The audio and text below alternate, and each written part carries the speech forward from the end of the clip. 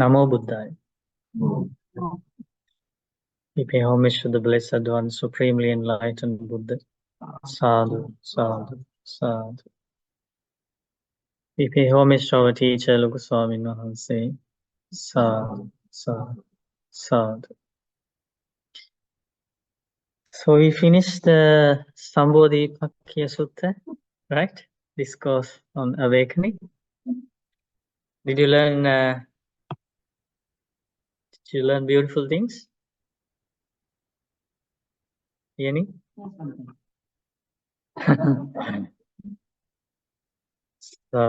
Aids to enlightenment. Now we need to practice one by one, right? We need to bring those qualities into our own life.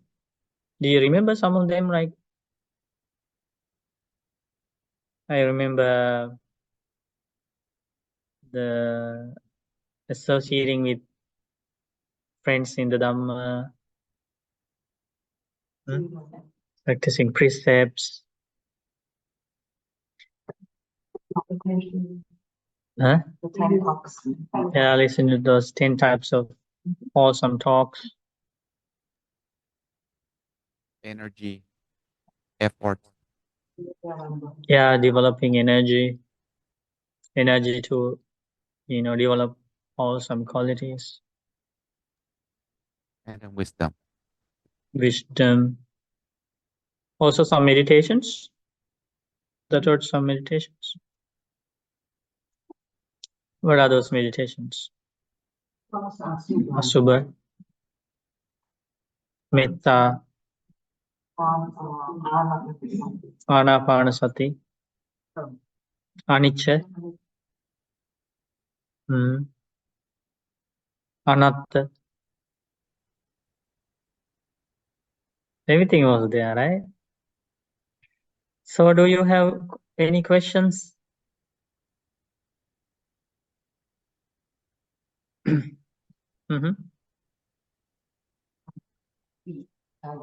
I'm sitting, I'm breathing. While in Vipassana, impermanence, telling that yourself, this is not me, this is not myself. So one is considering there is I'm sitting, I'm breathing. The other one is like, this is not me, this is not mine, this is not myself.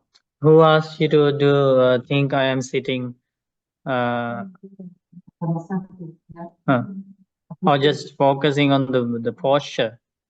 It's not the language. The problem is not in the language.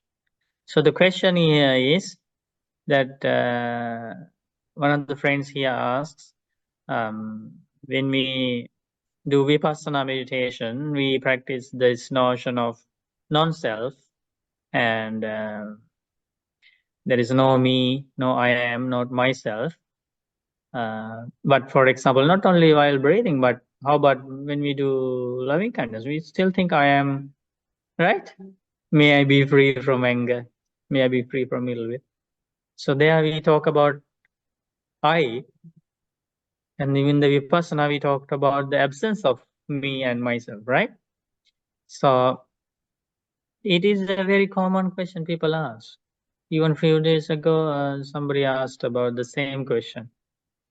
So then, if it is a problem with the language, then you stop talking, stop using me, I, myself in language.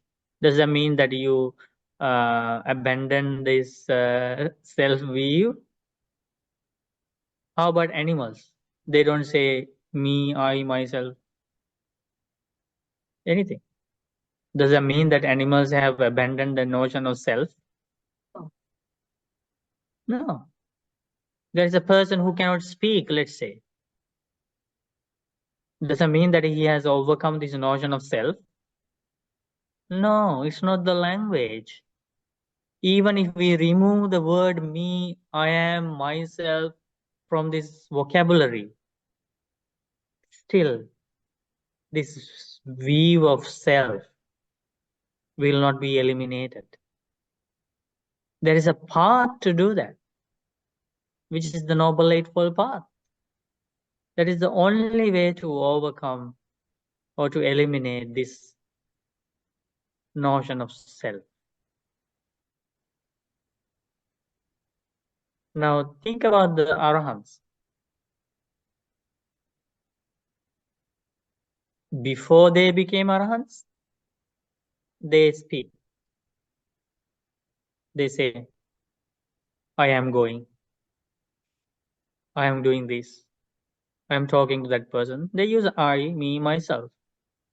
But they are following a path to abandon this rooted defilement of self, this weave of self.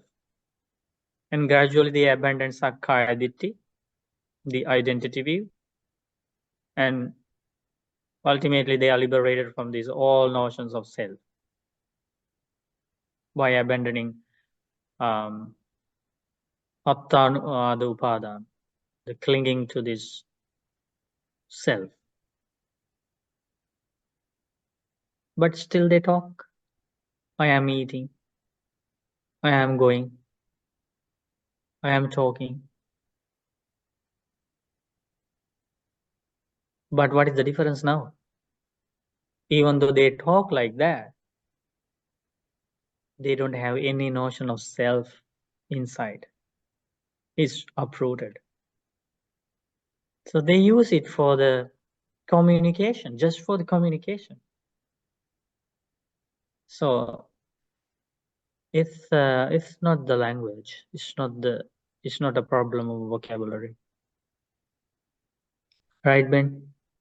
It is something to do with this insight, the realization, insightful realization.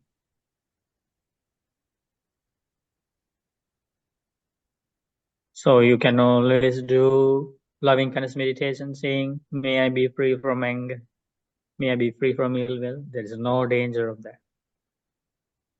And in the day-to-day life, you can talk using me, I am, myself.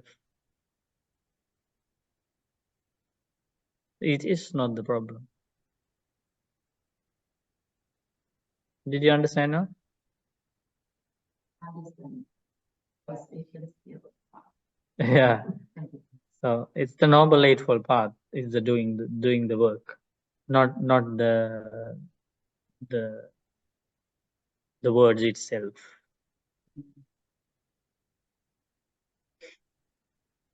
Right, Harry? Yes, Bante. Yeah, I think we shouldn't take words very literally. So I understand. So um, well, in our everyday life, we still talk about I, me, so to identify ourselves. But then, and Bante was right, especially when we elevate ourselves and talking about impermanence, then here comes the real internal meaning of no self, right? Because we don't identify ourselves having the soul, so we know that it's the consciousness, and things are not permanent. Yeah, so I Yeah. understand, Bante. Yeah. Yeah. Good. And maybe we have these four meditation techniques. It has its Mm. own functions, right? So let's say if Correct. we want to talk about um, loving kindness for to eliminate anger, so we talk about metta. Now if we Mm. are talking about, if we want to develop our insightful um, um, impermanence, then Mm. we do our So non-self. different Yeah, purpose different. for That different that is technique, right? yes, yes. That is also one way, I guess. Bante. Yeah. Thank you, Bante. So we do loving kindness meditation not to like with a specific purpose. It is to overcome anger. We do anicca meditation to understand the true nature of this arising and passing away of conditioned things. Different purpose.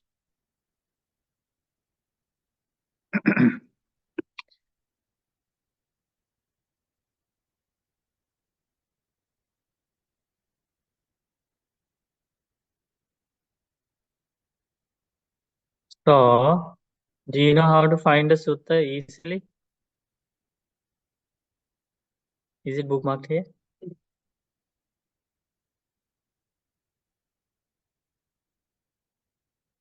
Citation. Oh, here.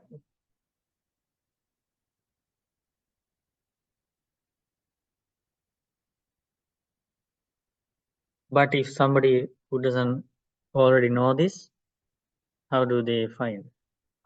So you go here. Let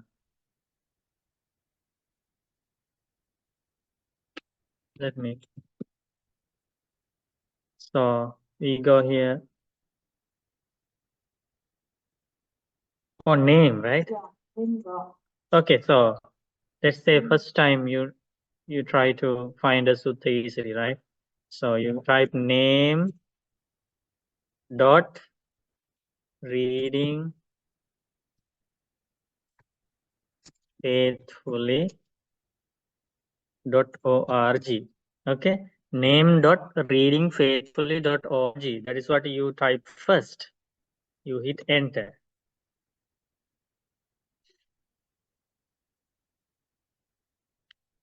Okay, now you are here. You have a search box. Let's say I want to find Nibbedhikasutta. Nibbe. Okay. So I have, yeah, I need Nibbedhika. But you should know the name of the sutta, right? Yes, this is under name. The other one, I think you can type in like Majjhima Nikaya or whatever, then it comes up too. Yeah, if you don't know the name of the sutta, Have to know which book. Yeah, you should know the book. yeah, you should know some source, right? Yeah. So in this case, I know the name of the sutta, right?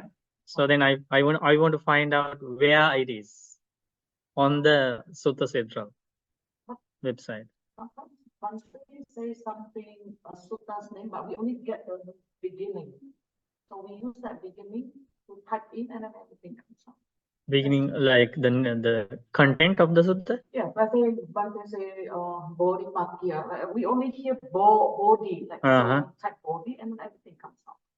So we can kind of figure out. That starts with body, and then you have to start to the right thing. Okay. Sometimes it's by book, book of fives. Yeah, that we can find from suttas. Yeah, this is very helpful, right? So now we find the Nibbedhikasutta, right? Also useful, let's say we want to find kilesa, whatever sutta, then we just type in that. I think there are suttas that has that kind of topic. Did all the friends understand how you find a sutta?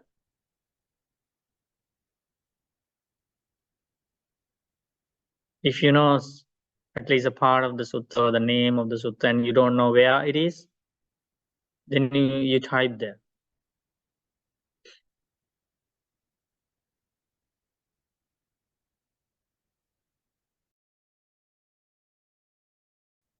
So here, again, we pay homage to the Blessed One, Supremely Enlightened Buddha. So we pay homage to our teacher, Lukaswami Mahanse. So this Nibbedhikasutta, translated as penetrative,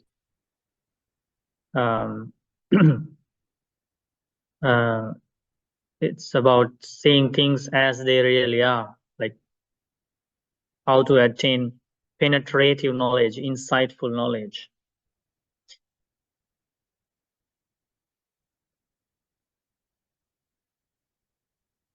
So these are deep suttas, right? Deep Dhamma.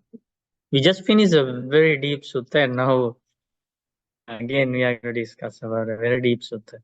So Buddha teaches here, Nibbedhika paryayang bhikkave dhamma paryayang desissami. Oh monks, I will teach you a penetrative exposition of Dhamma. Listen and apply your mind well, I will speak. Yes, Bhante, the monks replied. Right? So then the Buddha started teaching the Dhamma. Monks, What is the penetrative exposition of the Dhamma? What is the meaning of Nibbedhikapariyayo, Dhammapariyayo? So now Buddha is going to teach the meaning of this deep Dhamma and what kind of things a follower should investigate about this life. There are very beautiful things in this sutta. The first one is there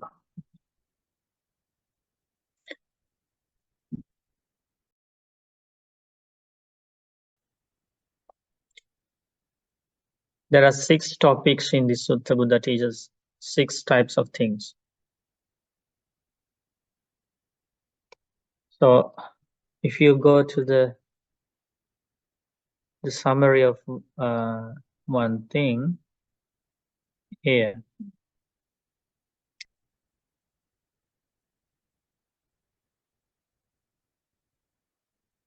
the result, if you gain this knowledge, this wisdom, this is the result. Buddha explains. When a noble disciple understands these 6 things pertaining to the penetrative knowledge, one understands that this penetrative spiritual life is the cessation of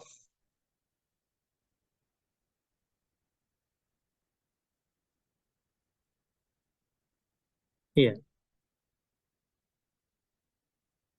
Imang nibbedikang brahmacharyang pajanati. So the one who understands these 6 types of insightful things understand the path of Nibbana, and they develop this wisdom to see things as they really are. So that is going to be the result of understanding these things. So then the brahmacharya here means the noble eightfold path, the path to Nibbana.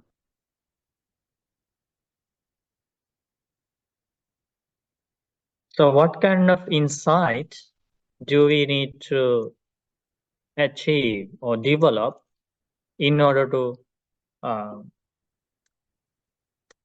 follow this path to Nibbana? That is profoundly discussed in this discourse.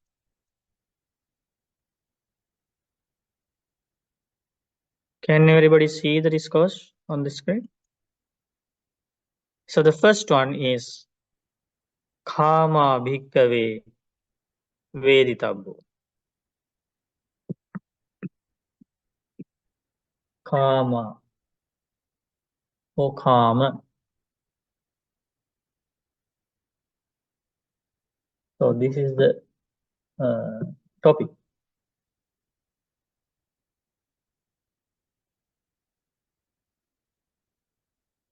There are 6 areas related to karma. One should understand all these 6 areas very clearly, the meaning of it. Then one can gain this powerful insight. That insight will lead to Nibbana. So what are these 6 areas about karma? First one, so this is the first main topic, right? And then the first factor under this karma. What is karma? The translation? What is sense pleasures? Okay? What is sense pleasure?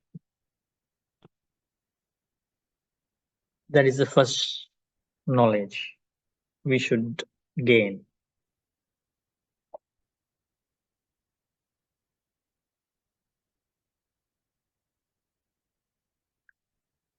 Okay, let's learn that first.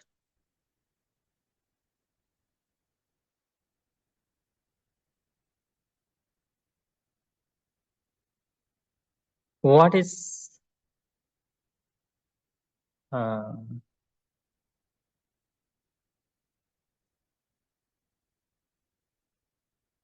this is the meaning.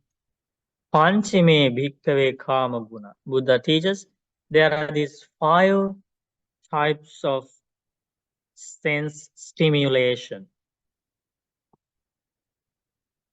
Chakku vinyaya rupa. There are visual objects known by the eye. Itta. They are likable. Kanta. They are desirable, those visual objects. Manapa. They are agreeable. Piyarupa. They are pleasant. Kamopasanghita. These visual objects are arousing defilements, right? Related to sense pleasures.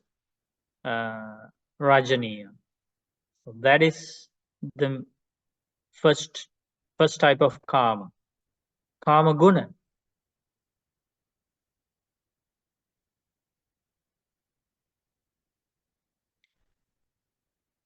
Karma guna means that the nature of giving rise to sense desire. In the next part of this explanation, Buddha teaches they are not sense desires themselves. They have the nature of arousing sense desire. So two types of things here. Karma guna is one thing. See here, karma guna, this word here. Karma guna. They have this some kind of a quality, some kind of nature, and they have this potential, the possibility of arousing defilements related to sense pleasures in somebody's life. So they are called karma guna. And there is something else called karma.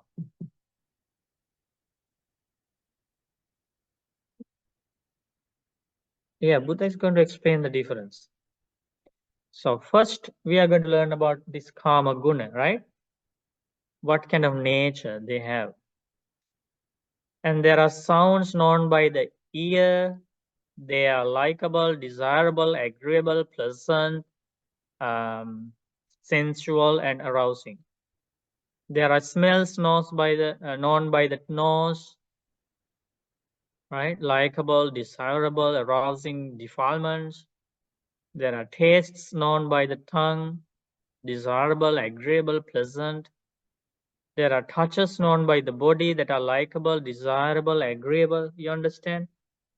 So that's the nature of those 5 types of sense pleasures. And then Buddha teaches, Appichako bhikkave nete kama guna namete aryasya vine uchanti. However, monks, these are not sense pleasures themselves. In the training of the noble one, in the Dhamma, they are only called kinds of sensual stimulation. That means sankappa rago purisassa kamo.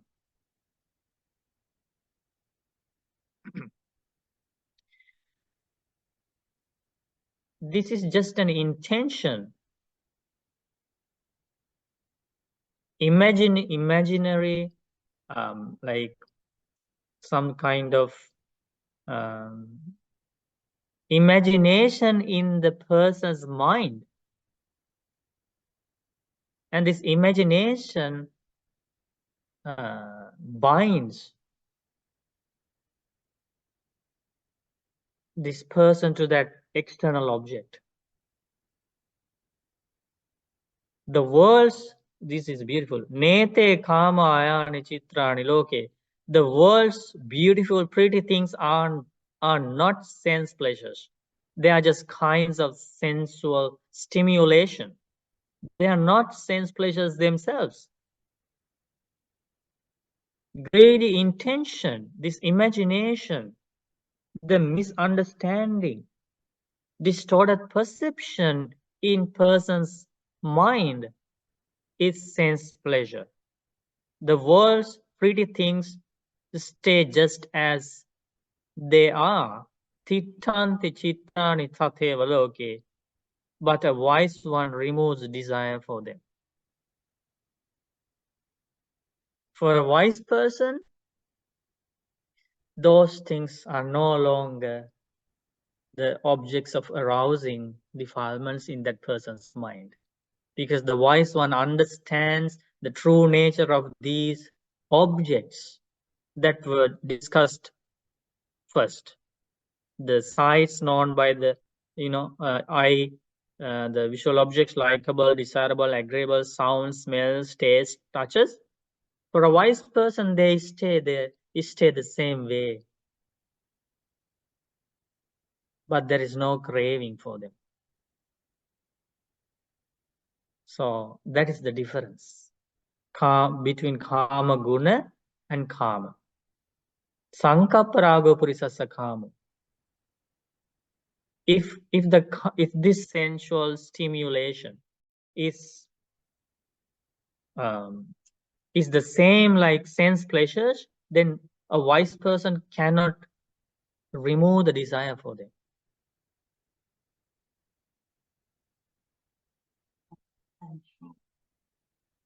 Yes, it is here, right? Sense stimulation. They only have this nature of arousing defilements, but this person's imagination, the kind of misunderstanding or undeveloped mind, that is the thing that creates this bondage. But when that misunderstanding, distorted perception is removed from the mind, there is no that bondage anymore. So then what happens? The world's pretty things stay just as they are. Those pretty, beautiful, attractive things can no longer bother the wise person's mind. Isn't that beautiful? It's all about this imagination. So for a long time in this samsara, we have trained our mind to see in a distorted perception, to perceive things in the wrong way. What is the wrong way? We discussed this the last time also. Sanya vipallasa. We have trained our minds to see impure things as pure things, ugly things as beautiful things, things without a self as things that belongs to me, and I am the owner. I am I have the power to control them. That's how we have been, like, we have trained our minds. That we have trained our minds to perceive, to see impermanent things as permanent, right? Painful things as happy things. That is the problem here. So that is the ignorance. It is not the fault of those visual or those external objects. The fault is here.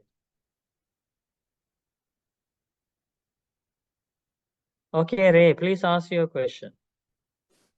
Bhante, when you say imagination, is it the same thing as saying volitations? What is volitation? Volitations like intention? Like the five aggregates of clinging? And volitations? Oh, volition. Volation, sorry, volitions. Volition. So yeah. This imagination eventually leads to these volitions. Like volition means chetana, right? So let's say we see impermanent things as permanent. So that is the distorted perception. So when we perceive impermanent things as permanent, then our volitions are going to based on that misunderstanding. Remember, Chetanaham bhikkhave kammang vadami. That is, I say, the volition is the karma. Chetayitva kammang karoti kayena vachaya manasaya.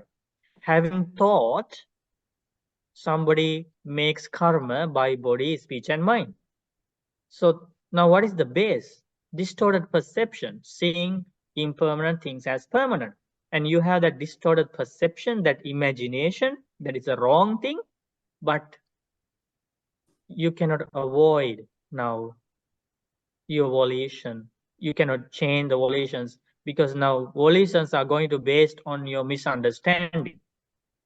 That means you think about something, okay, with that perception, notion of permanence, and you speak words based on that notion, based on that misunderstanding, right?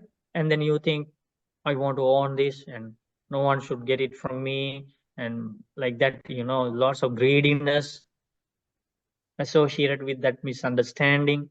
And then you go to fight with somebody, you want to, like, you even want to kill somebody to have this or that. See that? Based on that misunderstanding, now your volitions are forming, karma is arranging, and now this karma is going to be bad karma because you are based on an unwholesome root. And then you speak words according to that misunderstanding, according to your imaginary conclusions. You are going to use your words. For example, the true nature of this body, Buddha explains, is impure, is full of impure parts, impure things, right? And the filth is oozing from this body. But that is not how we have trained our mind for a long time. We have trained our mind for a long time to see this only the attractive side, attractive part of, attractive notion of the body. And then people write songs based on that misunderstanding, misperception, distorted perception about the parts of the body. And that people speak words based on that misunderstanding, imaginary illusion.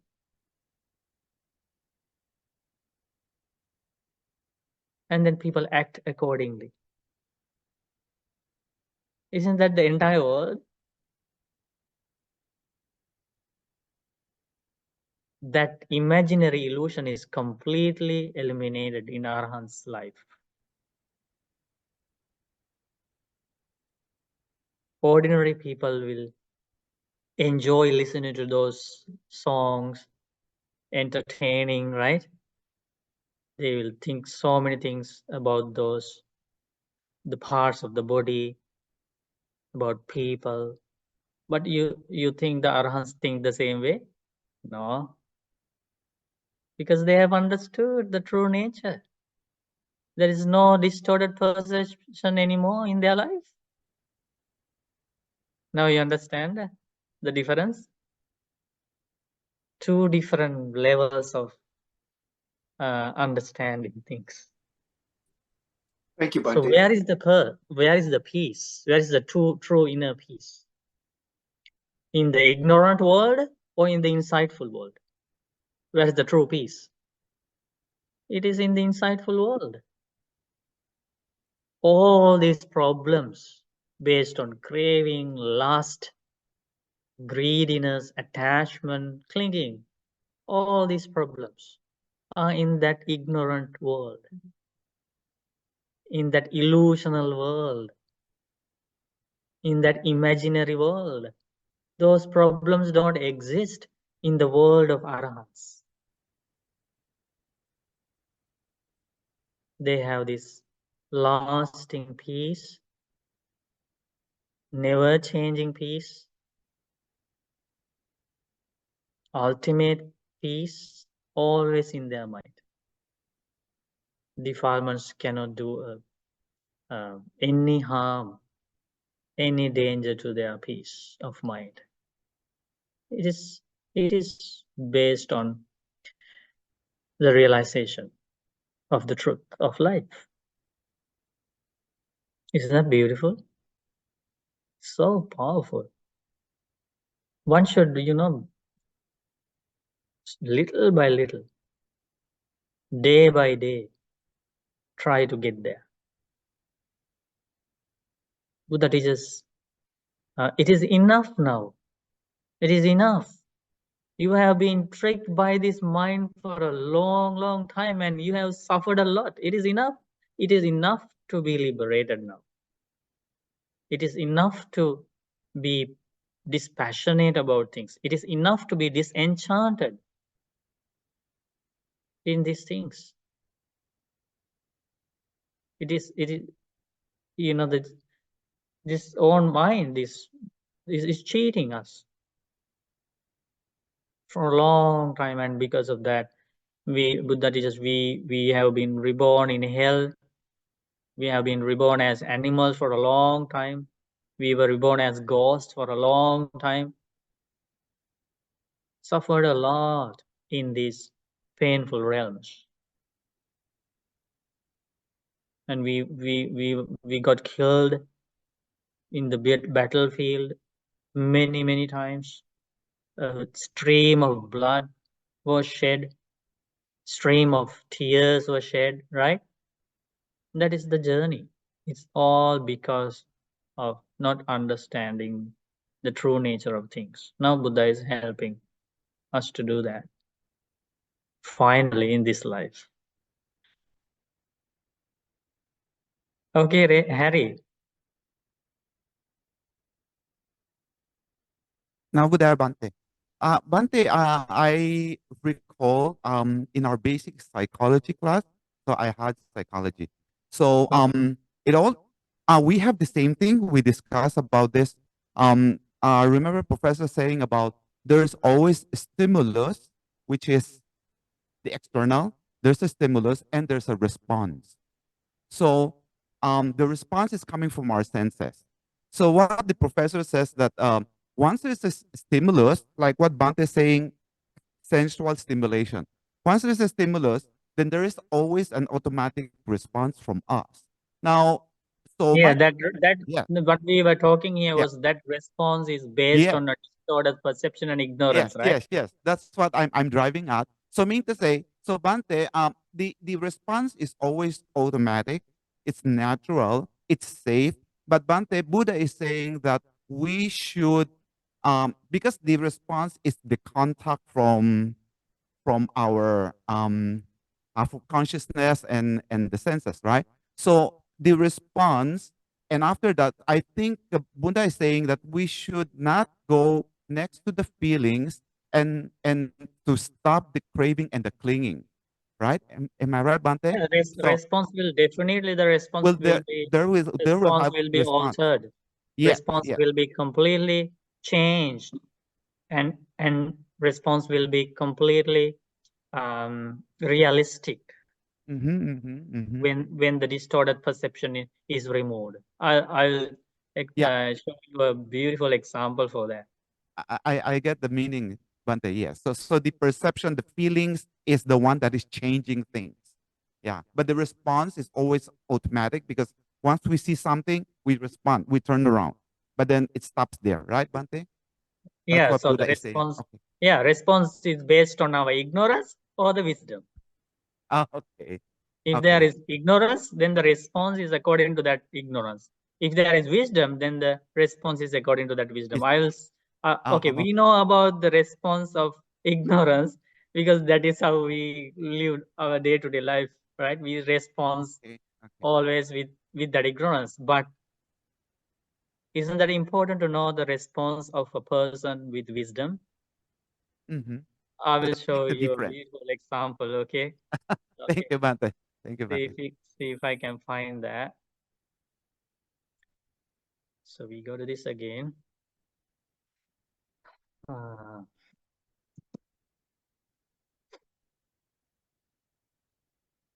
we find it?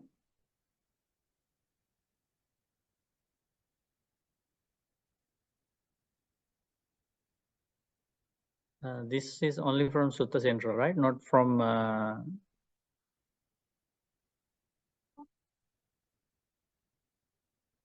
Sutta Friends? No, not from Sutta Friends. Oh, yeah, no. So in this case, we go to suttafriends.org.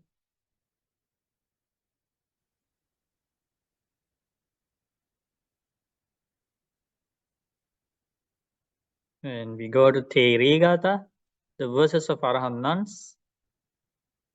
Here. Who is going to read these beautiful verses?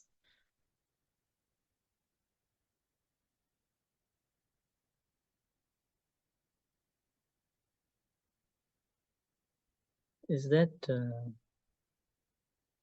is it this Subha, right? There are two. Yeah, this one. Yeah. Who is fortunate to read these beautiful stanzas?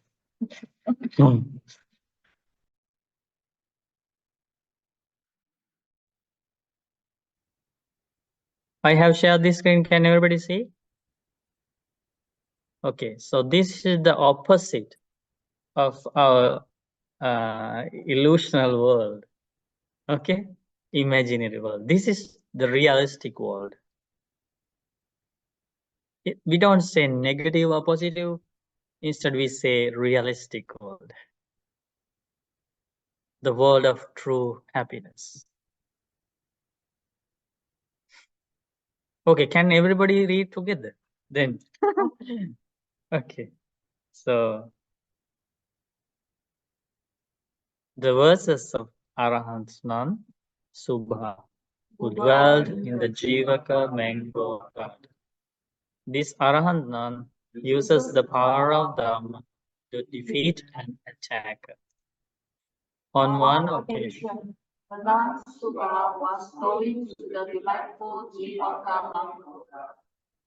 You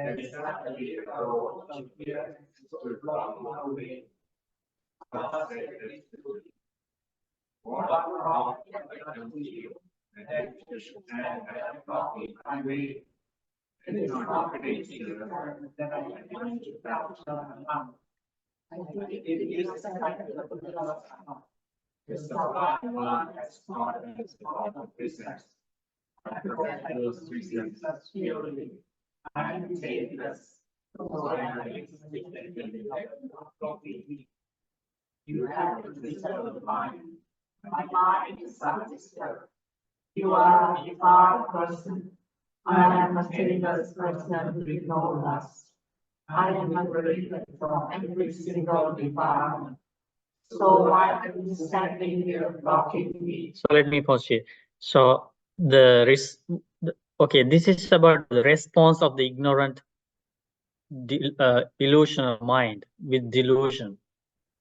One of the response, one of the result, disturbed mind.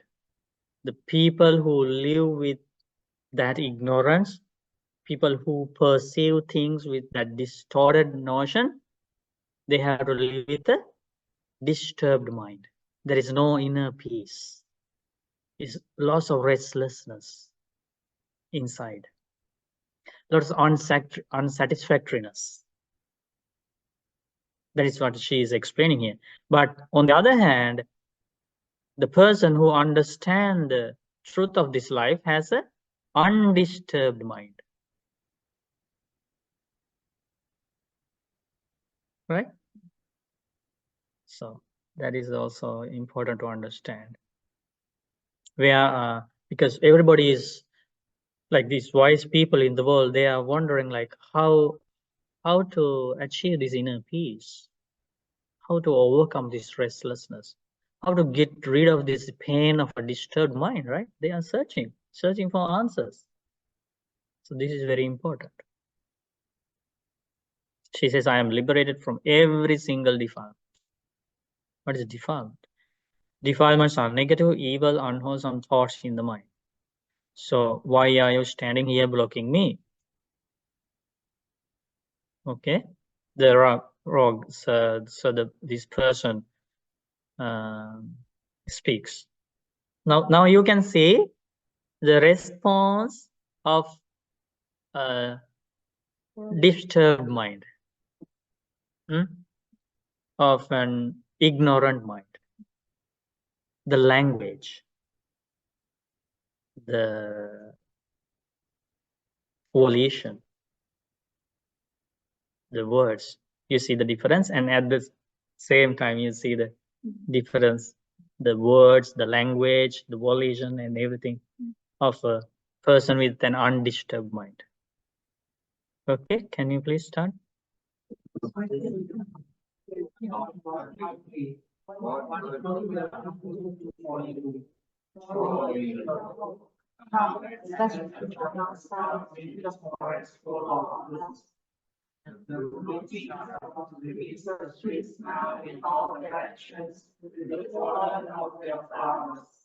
This is the beginning of spring, and the weather is very comfortable.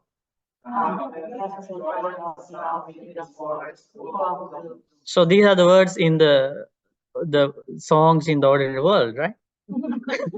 See that? Okay. So how do monks know about that? Because wherever, when you go to Home Depot, Walmart, you hear those songs, right? Okay. He continues.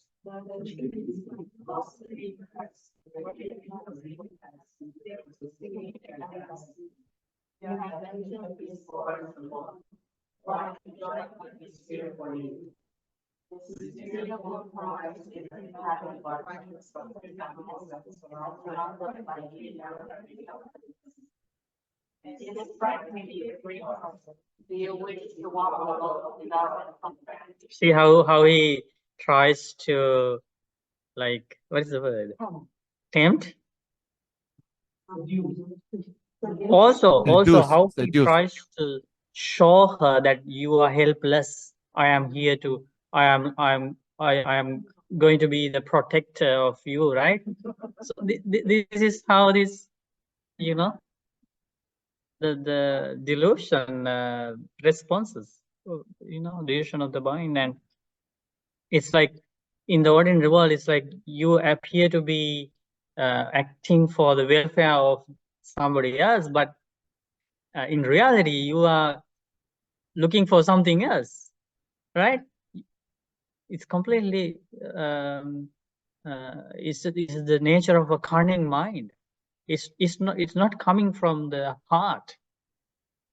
Isn't this the whole world is about? In most of the times, you know. And he continues. Oh,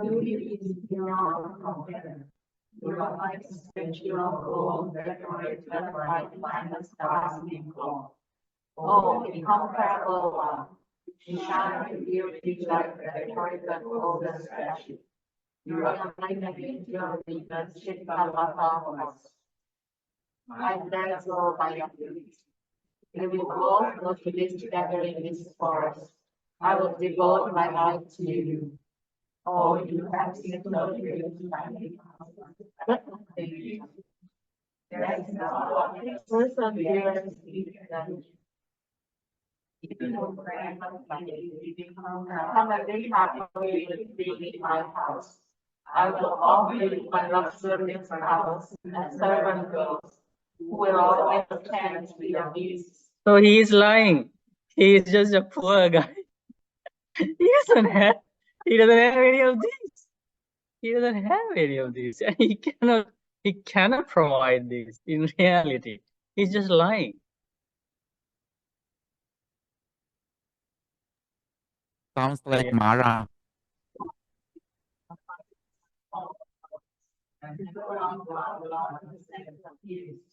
I will make many ornaments of gold, jewels, and pearls.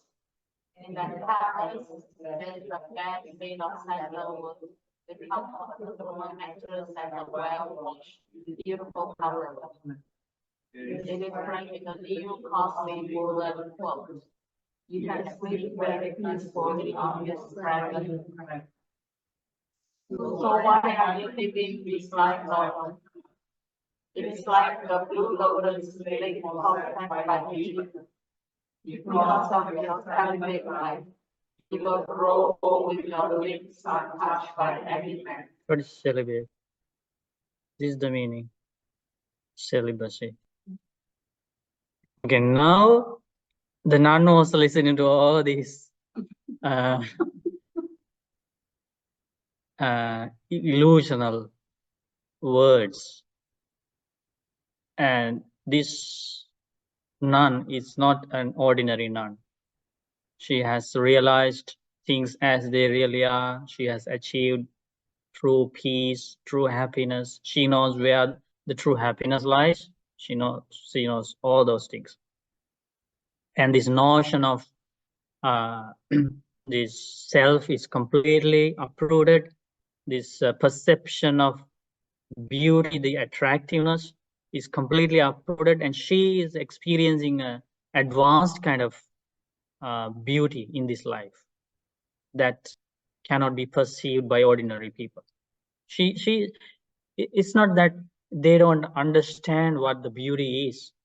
They are the true ones who understand the true beauty of this life. So it's not a miserable life they live after they remove all these cravings, attachment, desires. Some people think it can be a miserable life. No, we are the ones who are living that miserable life, not them. They experience an advanced, unsurpassed happiness. That's in a different level.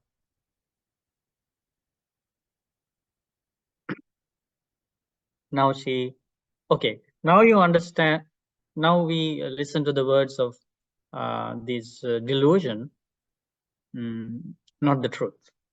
But now you are going to listen. Those things we always hear, not new. But these words are new. The words she's about to talk, they are new. And our minds are not trained to fathom those words. But these words are coming out of the mouth of a beautiful girl. Now she's a liberated nun, right? Subhatheri speaks. Why is it that you consider substantial which is full of feelings and happening, and it's absolutely free? Why is it that you appreciate so much when you look at this one? Will a girl speak like that when a man speaks those are the words? Not in the ordinary world, right? because the person who listens to those words is also deluded, right? That person is also immersed in that ignorance and delusion. So then those words match to that delusion of the girl's mind. That's where this problem starts. Right? Okay, but this is different, right? So she asks, now, okay, learn this. When that notion of this delusion is eliminated, that field is completely gone. That field of defilement is completely gone, and she doesn't have any idea of the meaning of those words now she is speaking. The man is speaking, because that field is gone. It's like this: when the field of anger is removed, there's nothing in this world that can make that person angry again. So then if somebody talks about anger, the other person doesn't understand. That language is completely, it's different. You know what I'm talking about? It's something like that is happening here. Now she doesn't understand.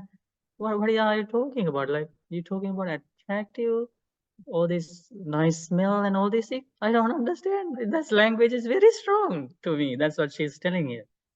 Okay, now she asks, what is that you appreciate so much? When you look at this body, it is full of filth, filling the cemetery and destined to break up.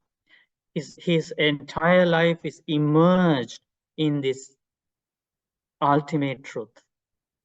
She cannot see anything else. Okay, the man speaks.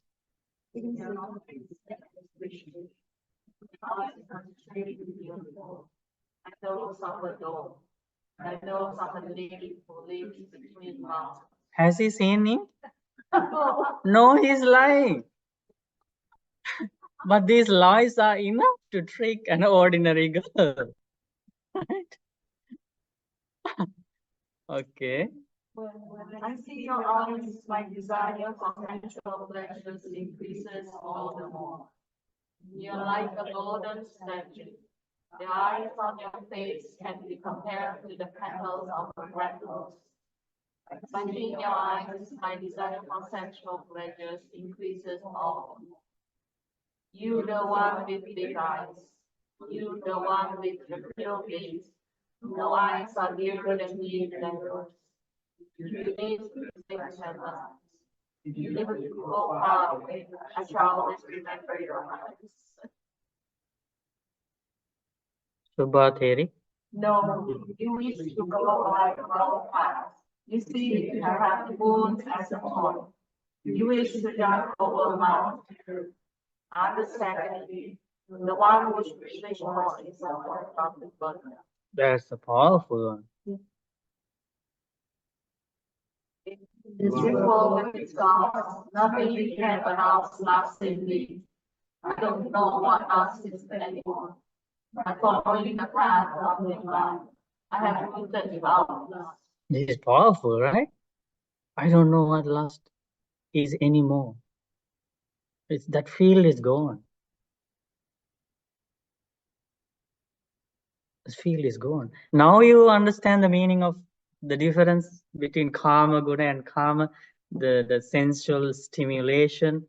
And Buddha says, Tittanti chitra tateva loke, the beautiful, the attractive things will stay the same, but the wise one removes the desire, right? Now you understand the meaning of those? See that? And Sankaparago Purisasa Kamo, this lust, this craving is a completely an imaginary thing. Now that imagination is completely uprooted. That's what has happened here. So she doesn't even know the meaning of those delusional things anymore. She continues. I destroy the whole of poison. I destroy the lust. By following the path of the environment, I can withdraw. You may seduce the woman who is not insightful, or has succeeded put her through the Dharma, but not me. You bother me, as I have realized the nature of the life. Now, where are they now when this discussion happened? Inside the forest, right? She was meditating, and maybe now she is returning to the monastery. And this guy then came, and now they are both standing, right, in the forest. There is nobody around.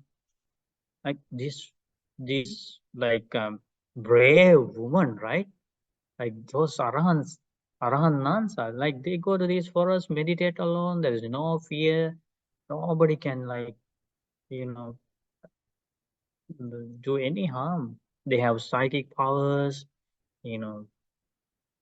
If they wish, they can disappear from that spot. Very brave. And there is nothing in their life. The most important thing is like the faith in the Buddha, the precepts they follow, the celibate life. These are the most important things, and there is nothing else.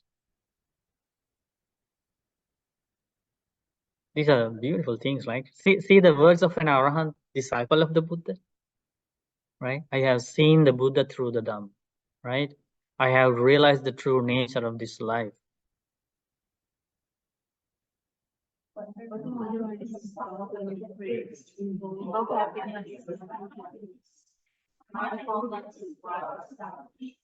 I have understood that all conditioned needs are disgusting. So the guy was insulting or praising her? Praising is so many beautiful words. right? But she says, my mindfulness is well established. Doesn't matter if somebody praises me or insults me, nothing changes in my mind. Isn't that different? That's amazing. When that field of defilement is eliminated, wow, that should be the goal of a human being, to achieve that state of mind one day. Because now this is so like now the life we live, if we have a 5 minutes peaceful 5 minutes, and then the next time something happens and we are disturbed, peace is gone, right? And then we try to have some calm mind for the next 5 minutes. We had to work very hard, and then something else happens. Isn't this the life we are living? But that is enough now. But their life is always like a deep lake with the, there are no waves, no ripplings, right? We call ripples. It's quiet, calm, peaceful, cannot be disturbed by any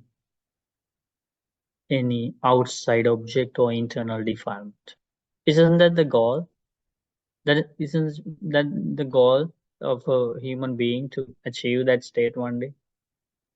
We should see the drawbacks of this undeveloped mind, undeveloped life. It's always disturbed by something. And we are already carrying lots of pain. We have been carrying throughout many lives. And Buddha saw that very clearly. We don't see that. We only see maybe some problems we faced in this life. According to that, somebody would say, yeah, I have suffered a lot in this life. Lots of problems, lots of bad things happened to me. Just by seeing these few things happen to our life. But Buddha saw everything that happened to our lives for long, long time. Imagine the compassion. Buddha is enough to be liberated now. Exhausted. Buddha saw that for the first time in his life, how Buddha was traveling this journey. Like as an animal, in many lives, Buddha's past lives, in other places, in human world with lots of problems, lots of last problems. Buddha clearly explains in the Buddha's Jataka stories how Buddha to be suffered due to lust, due to anger, due to these problems. And then first he realized about his journey, and then he became disenchanted about this journey and wanted to be liberated, right? Then Buddha was liberated, and then Buddha gained these special knowledges to see the past lives of other beings as well. And then Buddha saw the same story. There's no difference. No difference between the story of an ordinary person and the Buddha to be, in terms of the miserable things that you had to go through. And then Buddha explained, yes, like I follow this path and I escape from this suffering. I have compassion for other beings. Please follow this path and find the true happiness. And this nun is one of those very fortunate girls who lived on this earth, who walked on this earth. Maybe she was very young, maybe, we don't know, maybe 15 years old, 16 years old. The way that the guy explains, she's very young. He already said, right? You are very young, beautiful, very pretty. So, but she has realized everything. So she says, my mind does not cling to anything at all. Yes.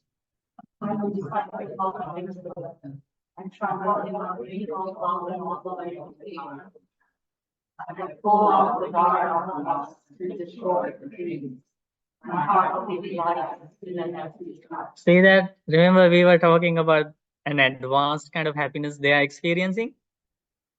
So they experience something superior to this ordinary happiness that comes from food, drinks, dancing, singing, music, songs, partying, superior kind of happiness. And she has that happiness when she goes into that empty heart. She experiences that. Somebody from the ignorant world like us would think, what is inside that empty heart? There is no music, no internet, no YouTube, no nothing, right? So it should be miserable. But she says the opposite. She says, that is where I find delight, and my heart only delights in an empty heart. She experiences a superior kind of happiness. She doesn't have anything inside that putti. She has her ball, her double robe. That's all she has. But she is fully satisfied. Like many of the Arhants, Arhan monks, Arhan nuns, that's all they had. Their ball and the double robe. Now we have so many things, right? We have rooms are filled with this and that. You think? Have you seen the luggages that people carry? Always fighting with these the travel agents and all this. We are also part of that world, Okay. Just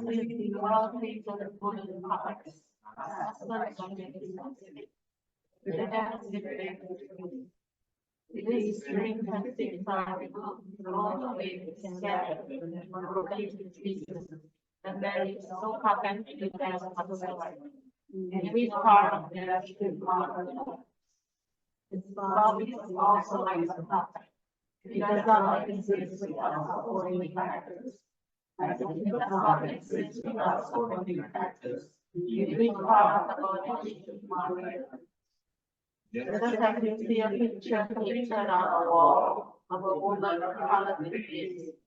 If people mistake it for a real woman, it is because their perception is distorted. You are blind. You are not fragmented.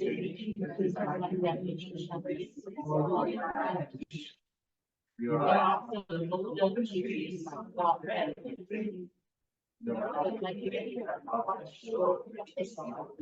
She's very brave, right? Very strong. Oh. See the language? See the language? Here with tears, anxieties rose, they are honest.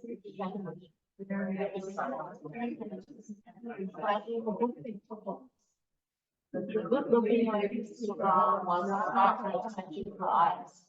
With our attention on Suga suddenly tore out one of her eyes. He said, "Come take this eye for yourself." And straight away she gave it to them. Can you imagine? Because she knew the guy is not going to understand.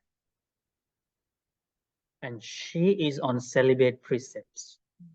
She doesn't have anything else in this world.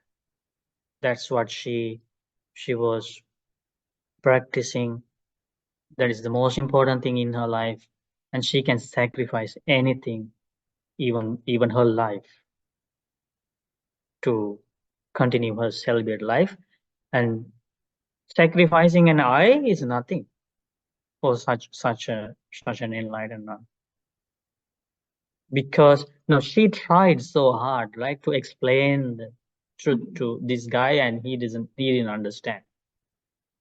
And now, like, these are kind of like summarized, like incidents are summarized here, right? We don't know what happened, like the seriousness of this situation, but since she did this, we can see that it became unavoidable, right? This attack. So then what she did, she was not as attached to her eyes. With an unattached mind, Subha suddenly tore out one of her eyes. She said, "Come, this is what you were praising. This is what you were looking for, right? Okay, take this eye for yourself." And straight away she gave it to the man. Oh, now that's the time. Everything.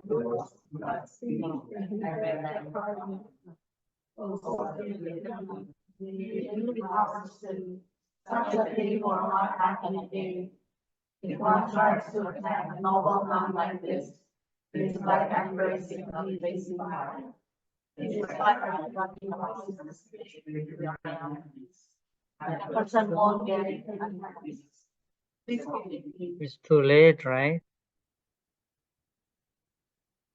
The number was free from the world and by the the instant she saw the one with the I was restored. That's a miracle of Buddha.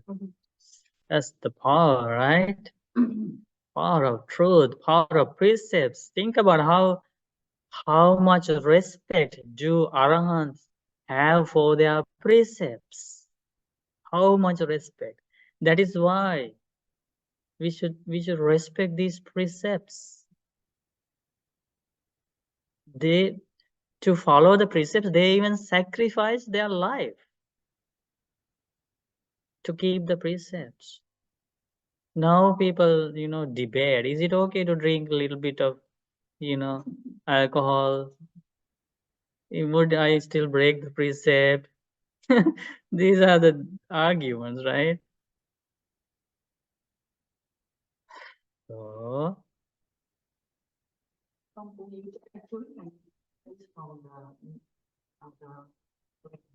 can you?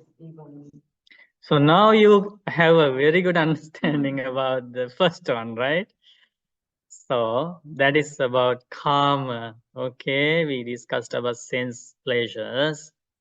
And then Buddha teaches what is the source of sense pleasures. That is the second knowledge we need to have in order to gain this wisdom, penetrative wisdom. Contact is the source, right? Contact. Phassa, phasso bhikkhave kamanang nidana sambhava. This sense desires, the root cause is contact, right? So these are beautiful things. We have a lot to learn about contact. So we will learn about this very insightful, profound teachings. So we will learn in our future classes. Okay.